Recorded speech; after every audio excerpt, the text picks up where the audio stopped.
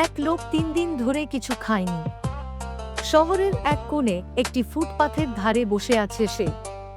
চেহারায় ক্লান্তি, চোখে অশ্রু। হাত দুটো আকাশের দিকে তুলে কেবল বলছে, হে আল্লাহ, তুমি ছাড়া আর কেউ দেখছে না আমার কষ্ট, একটু সাহায্য করো। ওই সময় রাস্তা ধরে হেঁটে যাচ্ছিল এক মা ও তার ছোট্ট ছেলে। ছেলেটার হাতে একটা খেজুর মায়ের জন্য দোকান থেকে কিনে এনেছে।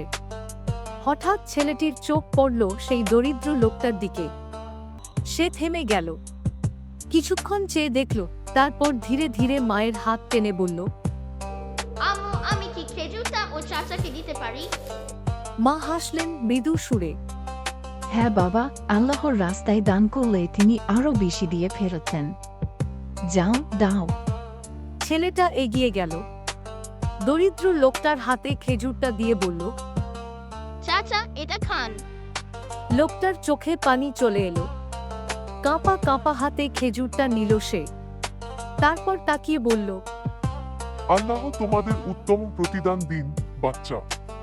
ছেলেটা মায়ের সাথে আবার হাঁটা শুরু করলো, আর পিছনে সেই লোকটা খেজুরটা ধরে আকাশের দিকে তাকিয়ে কেবল একটাই কথা বলল, একটা খেজুর, আর তাতেই আমার বিশ্বাসটা ফিরে এলো।